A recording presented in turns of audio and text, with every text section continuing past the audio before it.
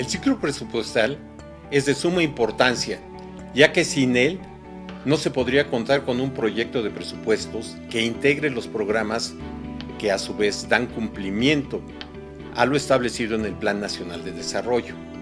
El ciclo cuenta con un marco normativo que condiciona las etapas al cumplimiento general, que es la asignación correcta de los recursos. Sin lugar a dudas, los principales mecanismos de control anticorrupción es su propio marco legal. Las leyes que lo establecen, así como el procedimiento del mismo marco normativo del ciclo presupuestario, son sus fortalezas para evitar actos de corrupción. Pero ¿qué pasa? Se puede hacer en un ciclo que se va enganchando como en una cadena de producción, pasar elementos técnicos y de interpretación que pudieran llevarnos a incumplir o a tener algún acto de corrupción. Sí, ¿por qué razón? Porque quienes lo interpretan y aplican son las personas. En cuanto a los riesgos de corrupción, debo señalar que el marco normativo de la planeación nacional y del ejercicio de los recursos públicos cuenta con facultades e instrumentos de control y vigilancia del gasto público y de la gestión gubernamental. Sin embargo, no está exenta de incurrir en riesgos o prácticas de corrupción.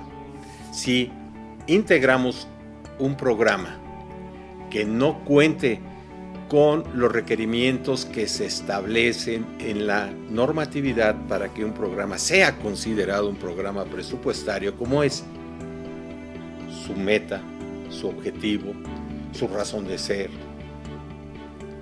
cuál es su alcance, cuál es su población, cuáles son sus reglas de operación, pues entonces sí estamos generando que este riesgo de posible corrupción se amplíe a márgenes mucho más amplios. La causa de que existan programas que no cumplen totalmente con los requerimientos de información e identificación y evaluación se debe a dos causas.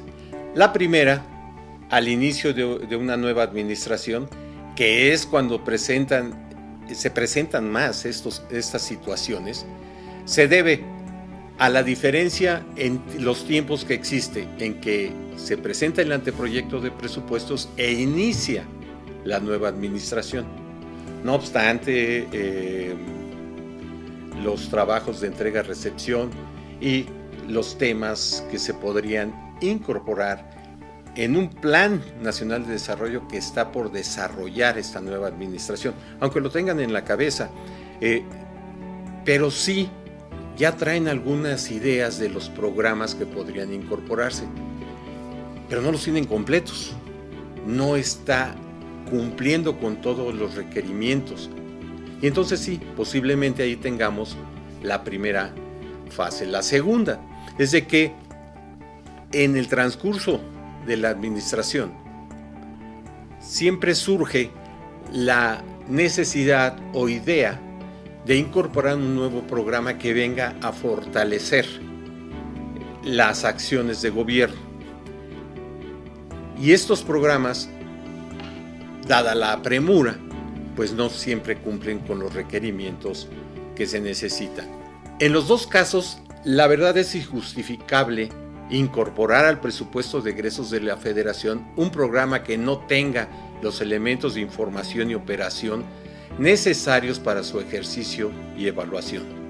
En estricto sentido, si un programa no cumple con los requerimientos para ser considerado un programa y en su ejercicio logra recursos, el año siguiente debería ser corregido, modificado o en su caso sustituido. Pero si la realidad de los programas no cumplen con la información, estos son observaciones de la Auditoría Superior de la Federación que se atienden al año siguiente, pero no pasan de eso, de ser observaciones de la Auditoría Superior de la Federación hacia ejercicio pasado, en el que nos piden que complementemos la información de estos programas, es decir, posteriormente.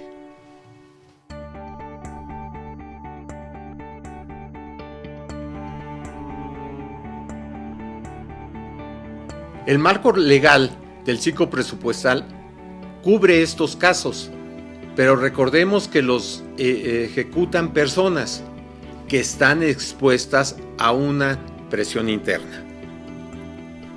Eso permite que las instituciones, provenga de donde provenga, se diluye en el ejercicio. Y más cuando los resultados de la Auditoría Superior de la Federación se presentan un año después del ejercicio revisado. El fondo de que existan y se presenten este tipo de riesgos en el ciclo presupuestal es la instrucción jerárquica. ¿De dónde sale la instrucción? ¿De dónde proviene? ¿A qué nivel? ¿Y cuál es el cumplimiento que deben de dar los diferentes funcionarios públicos que colaboran en el ciclo presupuestario?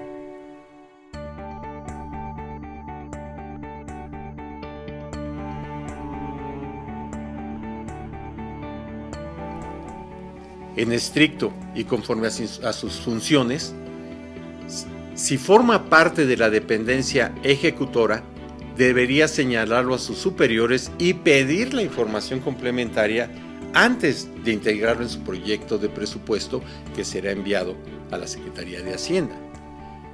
Lo mismo debe realizar el funcionario de la dependencia integradora, en este caso de la Secretaría de Hacienda, detectando e insistiendo para contar con la información sustantiva para el programa.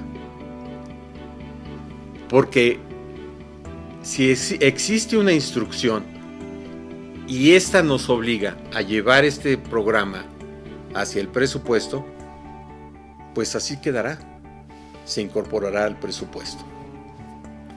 Tratemos de ejemplificarlo.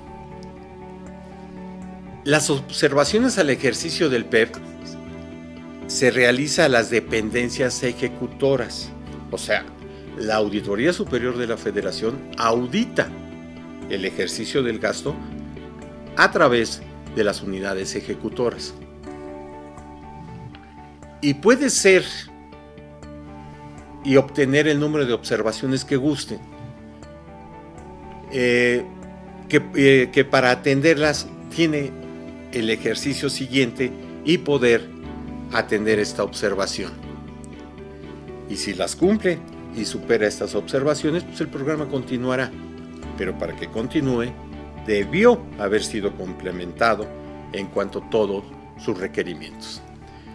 Para estas observaciones, no se llega a las oficialías mayores de las dependencias o a los subsecretarios, y mucho menos a la integradora del presupuesto de egresos. Es decir, siempre quedará en los niveles de ejecución del gasto. Las imputaciones o sanciones que se aplican a los funcionarios cuando hay observaciones no solventadas a programas que no cuentan con información completa, siempre recaerán en las unidades responsables, a menos de que se detectaran sospechas de malos manejos de los recursos presupuestarios. La observación podría ser elevada a otro nivel ya judicial. Pero fuera de estos casos, siempre serán sanciones de tipo administrativo.